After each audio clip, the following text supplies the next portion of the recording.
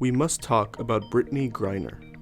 WNBA star Brittney Griner has been detained in a Russian prison since early 2022, but there has been a noticeable lack of public outrage, even from those who care most.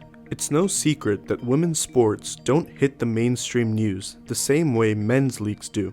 Well-known players, in this case NBA players, are well-known regardless if you've ever seen a game. They have recognizable names and significant public notoriety. The same can't be said for many women's leagues. Even many die-hard basketball fans wouldn't be able to name a single WNBA player, and this lack of public recognition has become increasingly obvious in recent months. Brittney Griner, 7-time All-Star with the WNBA's Phoenix Mercury and Olympic gold medalist, Griner goes flying in and with the two-handed jam right on cue, has been detained in Russia for months. WNBA star Brittney Griner is being detained in Moscow as tensions ratchet up between Russia and the U.S. over the invasion of Ukraine. She has limited access to communication, limited ability to advocate for herself, and most notably, limited public support.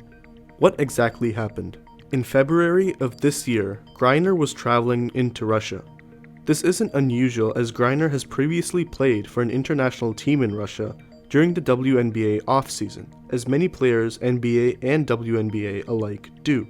The problem arose in an airport near Moscow when she was stopped as her luggage contained vape cartridges with hashish oil, a cannabis concentrate. Tensions between the United States and Russia were at an all-time high, at least since the Cold War, likely contributing to the swift action taken. Tensions between Russia and the West are growing rapidly. A Russian military buildup is visible on the ground and from the air. Griner was taken into custody and remained there for months. Her only form of communication was email, which was limited to the point of Griner periodically receiving printed copies of emails which she needed to dictate replies to. There was no certain future for Griner, but many talks centered around a large-scale drug transportation charge which could land Griner in Russian prison for 10 years. What did people do? When the news broke about Griner's detainment, most heads turned to the NBA. There's a handful of reasons why we'd expect action from the NBA, even though Griner is a WNBA player. For one, the NBA founded the WNBA and still owns about half of the league. Also, the NBA hasn't shied away from tackling social issues in the past, notably tying itself closely to the Black Lives Matter movement in 2020. Lastly, it's no surprise that the NBA has more influence than the WNBA. More funds, more outreach, all the way down to more teams and more players. In all, the NBA was simply capable of more. So what did they do? At first glance, it doesn't seem like they did quite a lot. We can't blame the league entirely. We'll dig more into the fact that this was a highly political move, one that cannot be handled without the US government. The commissioner of the NBA, Adam Silver, made a statement saying that the NBA as a whole, as well as each individual team, is working on getting Griner home. But that was mostly out of the public eye. We have a huge responsibility to Brittney Griner as one of our players. I mean, part of our decision to not take a higher profile here frankly came at the suggestion of experts in and out of government. The most vocal individuals were the players. NBA players are constantly speaking to the press, before, after, and during games, between practices, and just about any other time they're near a microphone. And many of them took this opportunity to raise awareness for Griner's situation. I was trying to imagine it, and it's hard for me to even put myself into what she's going through. Like, she's such a great human being, a great person. The timing meant that Griner's situation was spiraling out of hand, time ticking on and on, without Griner returning home or any further action taking place, just as the NBA postseason started. This meant more media attention and a larger platform that many of the players took advantage of. When the Boston Celtics made the NBA Finals, Al Horford with the rebound, throws it up in the air, and the Boston Celtics will go to the NBA Finals. two players in particular, Grant Williams and Jaylen Brown, welcomed the additional spotlight as they both serve on the NBA Players Association board. If you took a sample size of just NBA players, it would seem like everyone was talking about getting Griner home. So it's extremely tough seeing what she's going through.